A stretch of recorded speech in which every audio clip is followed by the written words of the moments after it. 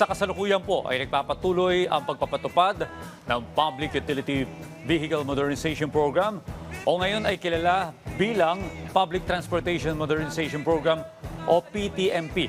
Isa po sa pinaka-apektado nito yung mga driver ng jeepneys at mga operators. Kaya naman para kamustahin ang panig ng ating mga kababayan patungkol dyan at manghingi ng update sa Public Transportation Modernization Program, makakasama po natin live dito sa studio si Sir Orlando Marquez Sr., ang National President ng Liga ng Transportasyon at Operators sa Pilipinas. Welcome back po sa Rise and Shine Pilipinas, Kalando. Sir Rodri, good morning at good morning sa iyong milyon-milyon na nanonood at nakikinig sa buong mundo.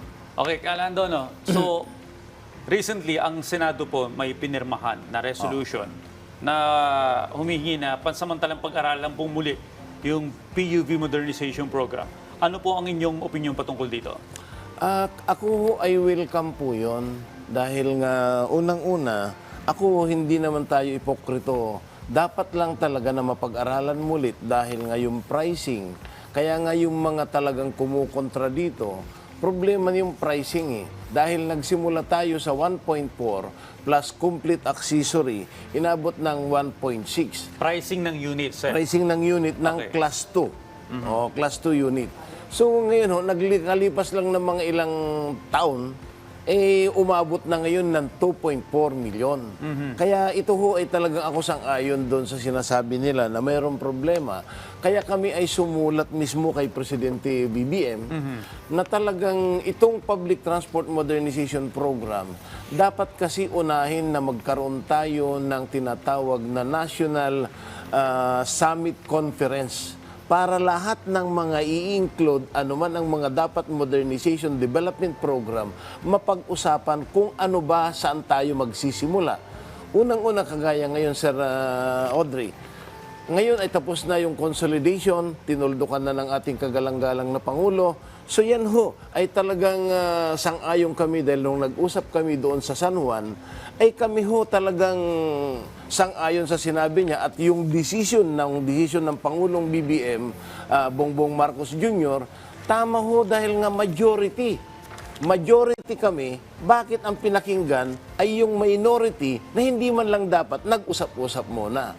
So dapat ho ay talagang magkaroon ng consultation na ganito dahil kung kikilalanin natin ang minority, okay lang naman sa amin. Wala namang problema dahil Pilipino yan, kilalanin ang minority. Okay. Parte po kayo ng Magnificent 7, ano? Apo. Pero again, pinag-uusapan po natin dito ay gumawa ng isang resolusyon ang Senado Apo. kung saan pabor po kayo na pag-aralan muli. Dahil ang sinasabi nyo, yung unit na nagsimula sa 1.2 million ay 2 million plus na ngayon. Opo. Ito po yung inyong hinaing dito. Opo. So ngayon ho, pagka nagkaroon tayo, dire-diretso, tuloy-tuloy ang modernisasyon. Huwag itigil. Paano naman yung mga nangapital? Ang laki-laki na ng inutang na pera ng gobyerno na yan ay pera ng taong bayan. Umaabot na ho ng more less than 3 billion ang nautang ng bamayan. Paano yung nakautang? Mabuti itong mga nagrarally lang na ito na nagbabanta. Dahil itong mga ito, mayroon naman hong katuwiran. Ang problema lang ho, ay talagang hindi pa nakakasunod, sumusuway na. Consolidation pa lamang ho. Kasi di lalo na ngayon kung magkaroon tayo ng route rationalization. So ngayon, papasok na tayo sa route rationalization.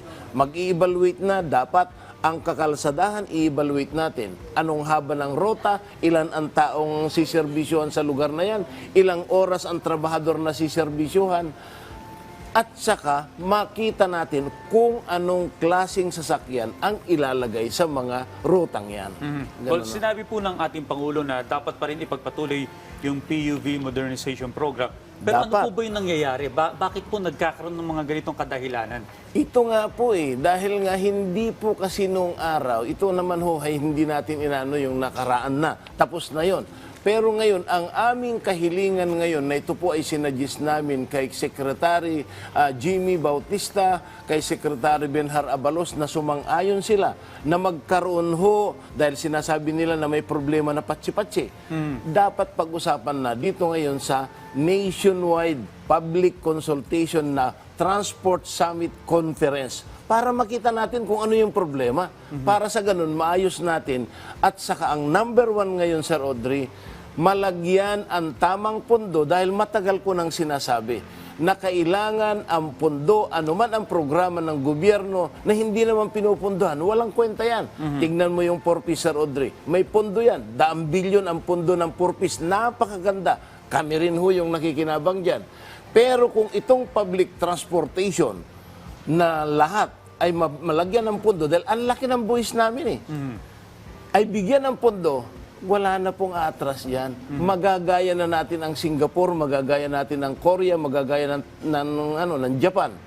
Dahil nga po, ang rekomendasyon na naman nga namin ngayon, dahil nagpatawag na ang ating Senator Escudero, so pupuntahan namin ngayon sa Rodriguez sa Miyerkules. Pag ito po ay napag-usapan namin na ito, napakaganda at sigurado ko na tiyak na magaganda ang magiging resulta nito. Well, dapat lang, 1997 pa sinimulan itong proposal na to, 2024 na po ngayon. Pero may binigay, ang Kongreso, ano pong masasabi ninyo? Dahil dati 5% lamang yung binibigay na pondo no, para sa transport Smoke sector. emission lang yun. Ngayon, 45% na. Ano pong masasabi niyo po dito? Unang-una, nagpapasalamat ako dahil ang sinulatan kong una dito ay si Madam Gloria noong 2020. 2020. So ngayon ho, tinulungan kami na isponta kay Congressman Salceda, tinulungan kami ni Congressman Dindi Bautista Lim.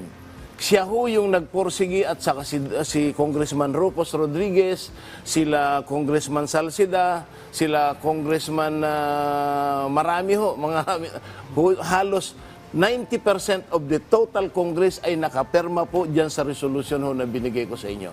Kaya ito po ay napakaganda dahil unang-una ho, ito po yung kabuhayan ng transportasyon dahil kami, public service na nagdadala ng ating mga na trabahador na bumubuhay ng ekonomiya na dapat deliveran natin ng magaganda safety na sasakyan, affordable na pamasahe, convenient na sasakyan, accessible anong oras na kailangan. Yan mo yung dapat pag-usapan dun sa tinatawag natin na Public Transport Summit Conference. Para ma-insert na natin lahat, para once and for all. Dahil Marcos ho ang nagsimula ng modernization, yung labas. Kaya nagpapasalamat ako kay Pangulong Bongbong Marcos at saka kay Secretary Bautista at saka si Undersecretary Andy Ortega at saka si Chairman Guadis. Okay, maraming salamat po, Ka Orlando Marquez, sa inyong mga pahayag ngayong umagang ito. At bagamat medyo maikli yung ating kwentuhan, pagpapatuloy po natin sa ibang pagkakataon. Maraming salamat, Ka Orlando. Maraming salamat, Sir Audrey, at mabuhay po ang sambayan ng Pilipino. Sundin natin ho ang tamang batas. Huwag lang sana ho nating gawing gatas.